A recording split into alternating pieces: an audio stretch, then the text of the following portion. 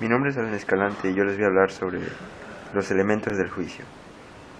El juicio se compone de tres elementos clave, los cuales son el sujeto, el predicado y el verbo.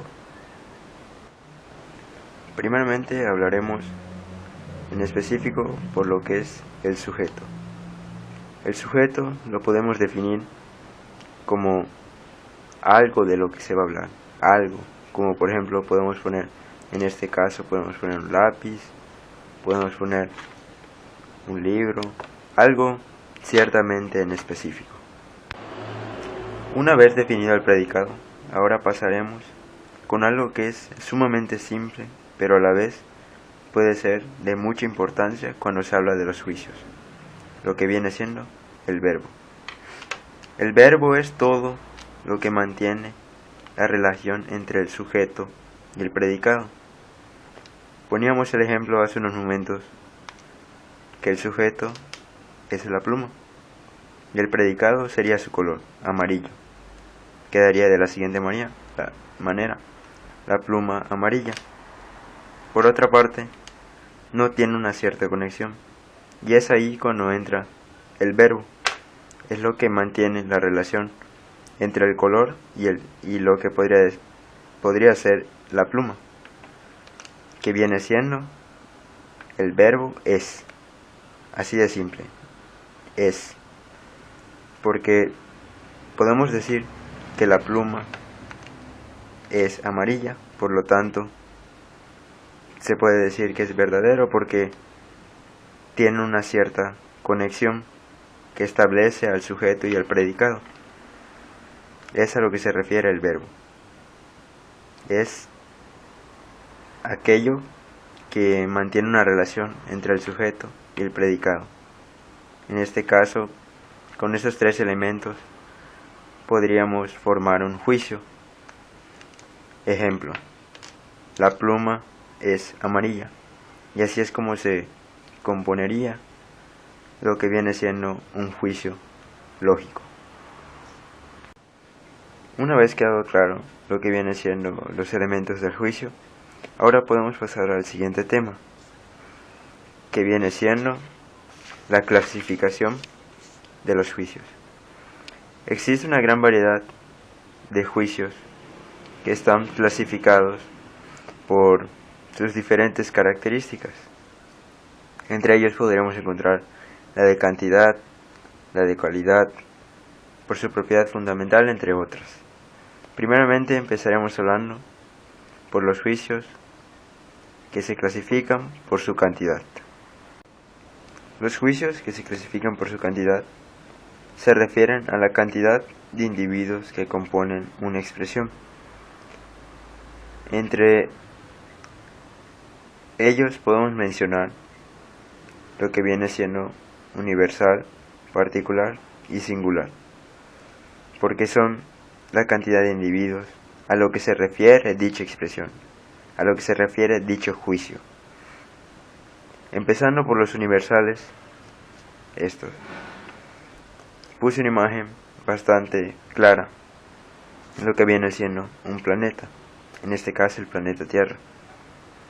Universal se refiere a un juicio por el cual se refiere a una totalidad en general, como por ejemplo, las mujeres son muy fanáticas de dicha expresión, por la cual la mayoría ya haber de escuchar, como por ejemplo, todos los hombres son infieles. Cuando dicen todos, se refiere a absolutamente todos, sin una excepción alguna. Así como puede afirmar dicha expresión a una totalidad, igual la puede negar, como por ejemplo, no todas las aves vuelan. Es a lo que se refiere universal, cuando se refiere más que nada a una totalidad. Por otra parte, podemos encontrar lo que viene siendo particular, cuando se refiere a un grupo de personas en específico. No se refiere a la totalidad en general, solamente a algunos.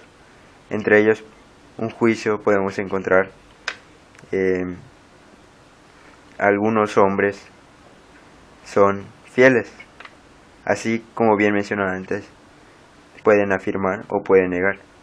Así como puede decir, todos los hombres, algunos hombres son fieles. Así puede decir, algunos hombres no son fieles. Por otra parte, pasamos con singular, cuando se refiere a una persona en específico. Podemos mencionar a compañeros, como por ejemplo Jorge es futbolista, o Abril es cantante, entre otros. Así como puede afirmar, puede negar, valga la redundancia. Abril no es cantante, Jorge no es actor, y es más que nada a lo que se refiere la clasificación de cantidad. Una vez quedada claro la clasificación por cantidad, ahora veremos la siguiente clasificación, que viene siendo por su cualidad.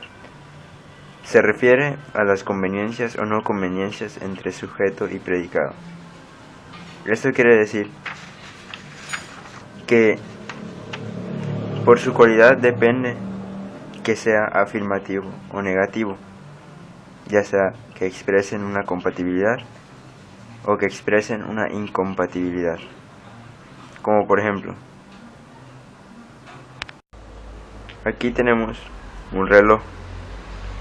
Para que este juicio, por su cualidad, sea afirmativo, podemos decir, el reloj es de metal. Expresa una cierta compatibilidad entre el sujeto y el predicado. El reloj es de metal. Por otra parte, si lo vemos desde la perspectiva, por su cualidad, pero siendo negativo, expresando incompatibilidad, podemos decir, el reloj no es un ser viviente. Al expresar el no es un ser viviente, automáticamente estamos presentando un juicio negativo, porque presenta y expresa más que nada una incompatibilidad. A esto se refiere por su cualidad. Ahora, a continuación, veremos la siguiente clasificación, que viene siendo por su propiedad fundamental. Por su propiedad fundamental se refiere a la adecuación del juicio con la realidad. Esto quiere decir que desde la perspectiva lógica el juicio debe de presentar o que sea acorde a la realidad de la vida cotidiana. Entre ellos podemos mencionar lo que viene siendo verdadero y falso. Los verdaderos son acordes a la realidad, mientras el falso no son acordes a la realidad. Retornando a los ejemplos de la pluma, podemos mencionar que un juicio verdadero, acorde a la realidad, podríamos decir, la pluma es un útil escolar. Sería un juicio verdadero, concorde a la realidad. Viéndolo desde otra perspectiva, siendo un juicio falso, podemos decir, para que no sea acorde a la realidad, la pluma es un ser viviente, por lo tanto es falso. La pluma no es un ser viviente, no es acorde a la realidad. Es a lo que se refiere por su propiedad fundamental. Una vez quedado claro la clasificación por su propiedad fundamental, ahora observaremos el penúltimo tema, que viene siendo por su comprensión. Por su comprensión depende de dos características esenciales de un juicio, las que son el analítico y las que son el sintético. El juicio analítico se define de la siguiente manera, con el cual el predicado se encuentra contenido implícitamente en el sujeto. Podemos decir, todo carnívoro come carne. ¿Acaso existe algún carnívoro que no coma carne? Por lo tanto, el predicado ya se encuentra contenido implícitamente en el sujeto, en el carnívoro y en el predicado carne. porque todo carnívoro come carne, ya se encuentra implícitamente contenido en el sujeto. Por otra parte, viéndolo desde la perspectiva de los juicios sintéticos, podemos decir, o más bien se define, cuyo predicado no está contenido en el sujeto. Podemos decir, aquí tenemos una agenda. Podemos decir, toda agenda es negra. El hecho del color no depende absolutamente nada para que una agenda, valga la redundancia, sea agenda. No depende del color, depende del contenido, del verdadero contenido de una agenda. No depende del color. Existen agendas de color azul, cafés, etcétera, etcétera, etcétera. A eso se refiere más que nada por su comprensión. Una vez comprendido esta clasificación, pasaremos a la última clasificación de los juicios, la cual es por su fundamentación, en la cual abarcaremos parte de la metafísica, ya que igual incluye en esta clasificación. Podemos definir por su fundamentación como la manera a la que se llega a la verdad. Existen dos, la cual es a priori y la que es a posteriori. La que es a priori se puede definir como todo juicio que es antes de la experiencia sensible, y la posteriori, la que es después de la experiencia sensible. ¿Por qué dije al principio que abarcaríamos la parte de la metafísica? Podemos poner un ejemplo en a priori, en la cual muchas personas mencionan, en la cual se dice que después de la muerte no existe ni cielo ni infierno. Se refiere a un juicio a priori, ya que no han experimentado alguna sensibilidad después de la muerte. Eso solamente se puede saber después de la muerte, ya que por esto se relaciona antes de la experiencia sensible. En la posteriori podemos mencionar, o se define más bien, en la que es después de la experiencia sensible, como por ejemplo, aquí tenemos un plumón azul, pero yo no puedo saber qué es azul sino primeramente probarlo, dibujar con él para que sea azul. Llego a la verdad de que es azul porque primeramente experimento alguna sensibilidad observando que el plumón es azul.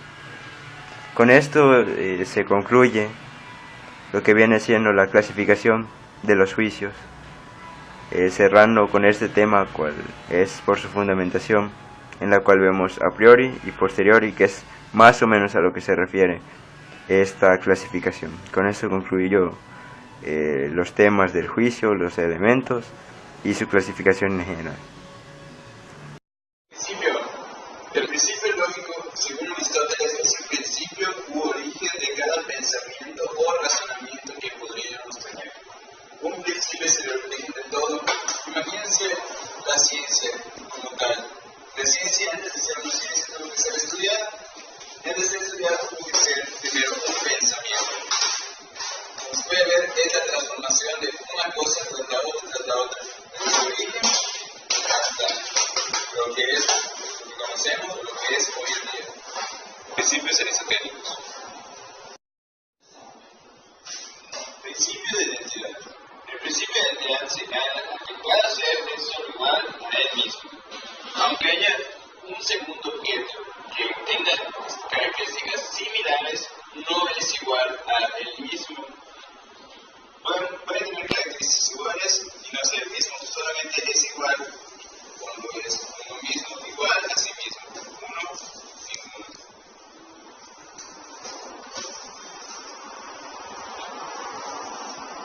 No contradicción. Es imposible que algo sea y no sea al mismo tiempo y en el mismo sentido. En este ejemplo nos referimos a que las semillas o son plantas, pero no pueden ser plantas y semillas al mismo tiempo. Principio de reiteración excluida. Se refiere a que si decimos que una tarjeta es tipo agua, no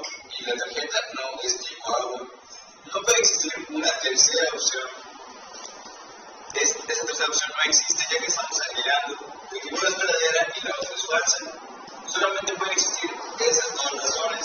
Puede ser una tercera escrita porque no puede agregarse una tercera, porque no encajaría en esa contradicción. Principio de razón suficiente. Cada objeto tiene una forma o un significado de existir. Cada cosa necesita para poder hacer que la otra funcione. Cada uno tiene una razón para existir. Equivalencia de proposiciones. Bueno, aquí esta propiedad se puede hacer equivalente en significado a dos proposiciones con el mismo sujeto y predicado. La única diferencia sería su cualidad. Y los ejemplos serían: todo labial es rosado.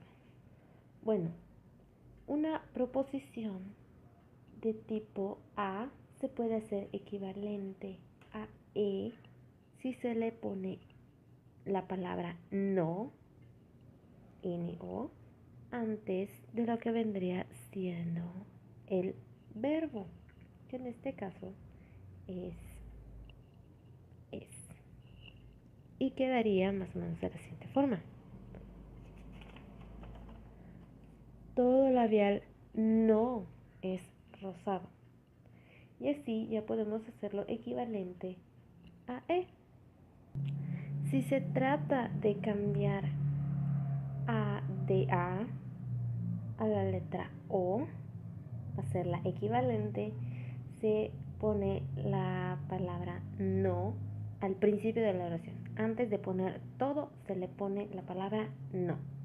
Por ejemplo, todos los planetas giran alrededor del Sol. ¿Cómo lo podemos hacer equivalente a O?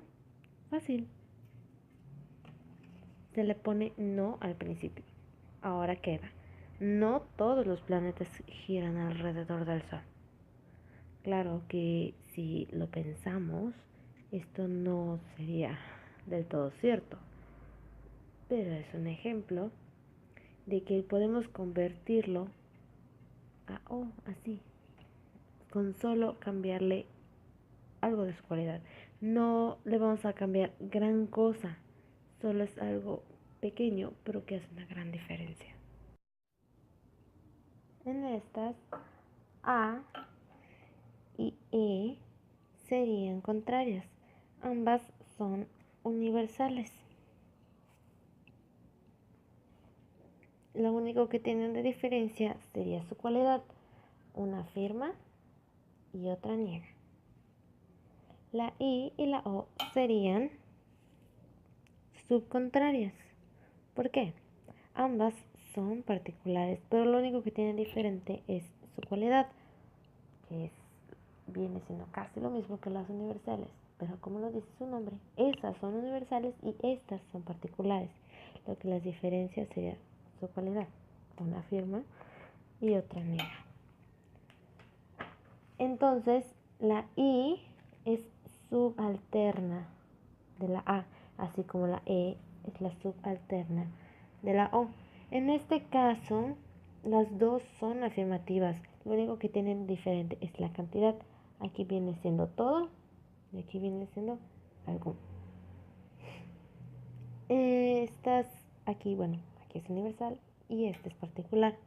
La otra vendría siendo que ambas son negativas. No es ningún, pero lo único que cambia es su cantidad. Aquí es algún y aquí es ningún. En la contradictoria, que viene siendo formarse una X, son de A a O y de I a E. ¿Por qué serían contradictorias? Bueno, una es universal y es afirmativa, de hecho, pero la otra lo está negando. Estas son las proposiciones opuestas porque son diferentes en cantidad y cualidad. Técnicamente así quedaría hecho el cuadro.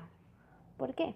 Bueno, hay unas leyes que se deben de seguir Estas son llamadas leyes de las proposiciones opuestas y estas son las consecuencias de que los principios de la lógica pues son. El primero sería que dos proposiciones contradictorias no pueden ser al mismo tiempo verdaderas ni falsas. Ninguna. No pueden ser verdaderas y las otras falsas. No se pueden. Si A es verdadera, entonces E tendrá que ser falsa. Así. Si A es verdadera, esta es falsa. No puede ser al mismo tiempo eso. La segunda. Dos proposiciones contrarias. Veamos ahora proposiciones categóricas. Antes que nada, debemos de saber que el juicio se expresa mediante una proposición en la cual el predicado se afirma o se niega de la totalidad o de parte del sujeto. Esto ya lo debemos de saber desde antes para poder seguir avanzando. Hay proposiciones universales y particulares y estas pueden ser afirmativas o negativas.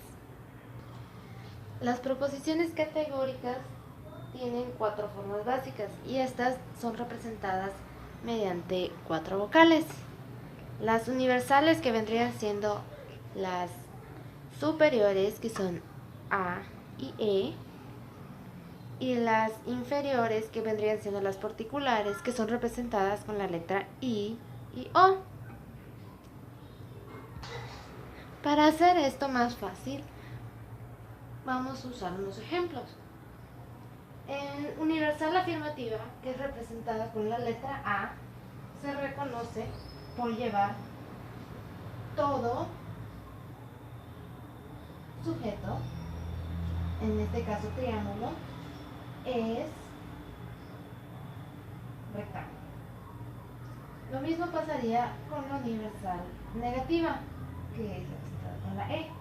Se conoce por ningún triángulo es rectángulo. De igual forma es con la particular afirmativa y algún triángulo es rectángulo. Y de igual forma en la letra O. Algún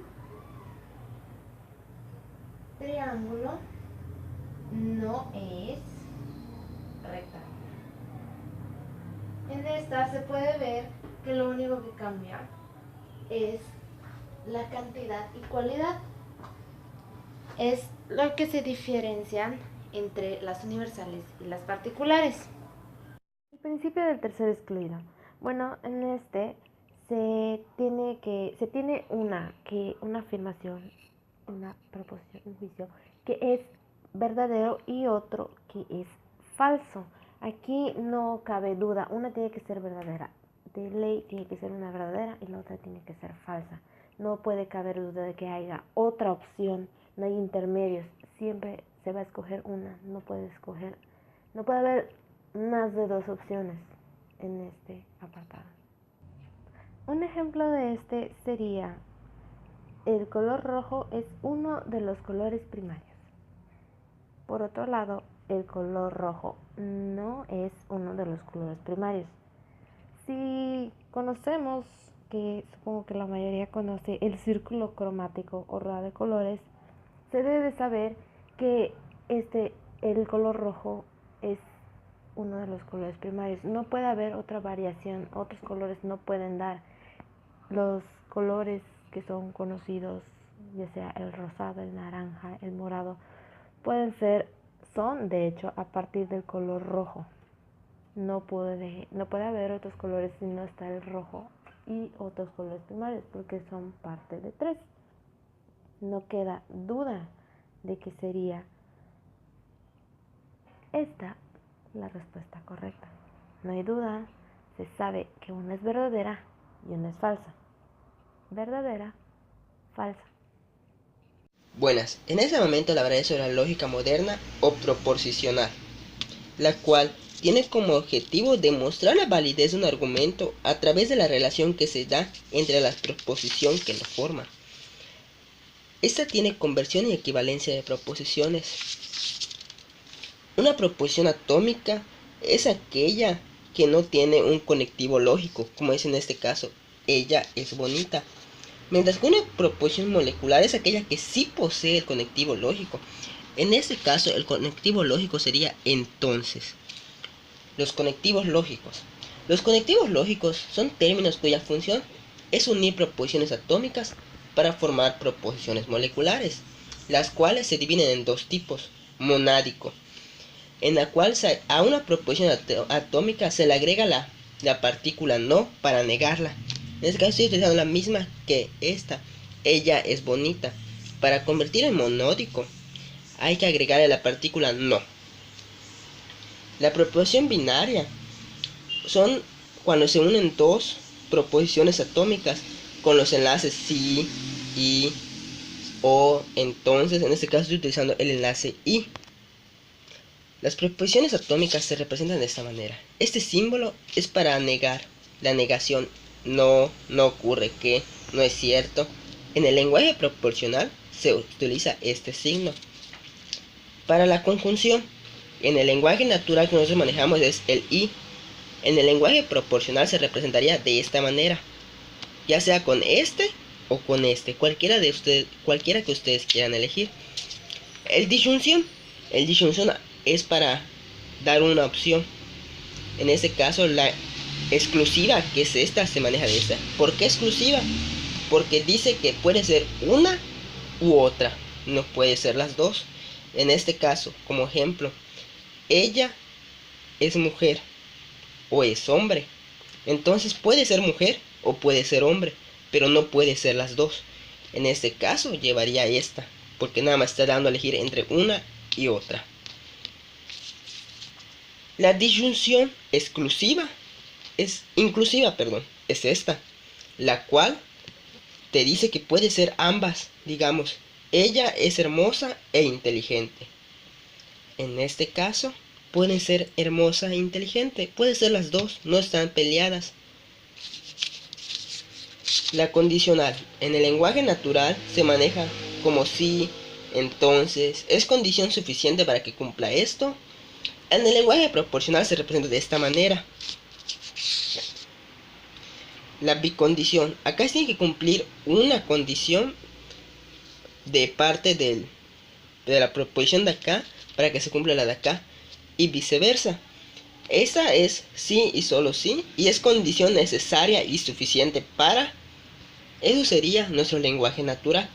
En el lenguaje proporcional se estaría especificando de esta forma. Bueno, ahora les enseñaré cómo entender o cómo hacer las reglas de verdad y falsedad. Las reglas de verdad y falsedad se resuelven en cuadros como este. La primera regla, y la que te tienes que saber, es que una proposición verdadera, al negarla, será falsa. Y una proposición falsa, al negarla, será verdadera. Esto te lo tienes que saber de memoria. Es la base para cualquiera. Para continuar el siguiente ejercicio. Bueno, ahora le enseñaré la regla de la conjunción. Para que la conjunción te sea verdadera, ambas proposiciones se tienen que ser verdaderas. Ambas, solamente así tu proposición será verdadera. Tus dos proposiciones, 1 y proposición 2, deben ser verdaderas, y así te quedará tu conjunción verdadera. Si una de las dos, ya sea la primera o la segunda, que sean falsas, tu conjunción te va a quedar falsa.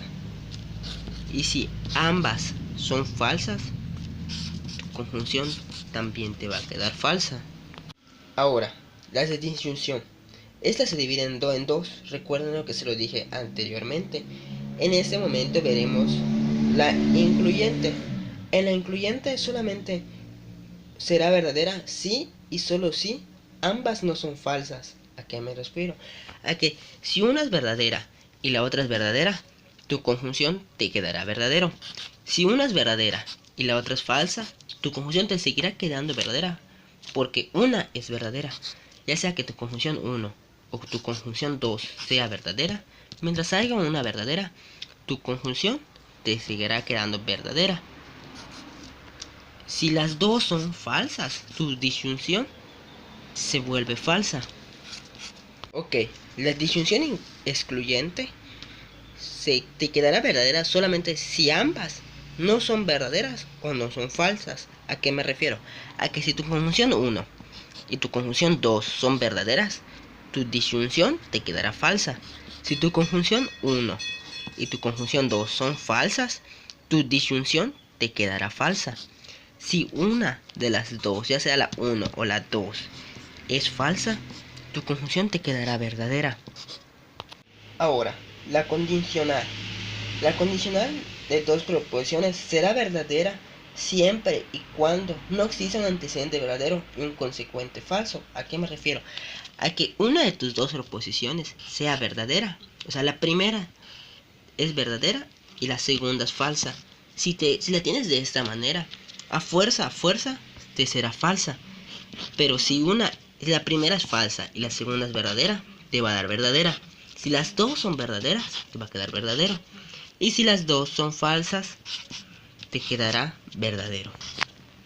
La bicondicional. La bicondicional de dos proposiciones será verdadera si y solo si ambas son simultáneamente verdaderas o falsas. ¿A qué me refiero a eso? A que si ambas son verdaderas, la bicondicional será verdadera. Si ambas son falsas, la bicondicional será verdadera. Pero si una es falsa, ya sea la primera o la segunda, tus bicondicionales quedarán falsas. Y con eso terminamos lo que es las reglas de verdad y falsedad. En ese momento abordaremos el tema de conversión y equivalencia de proposiciones.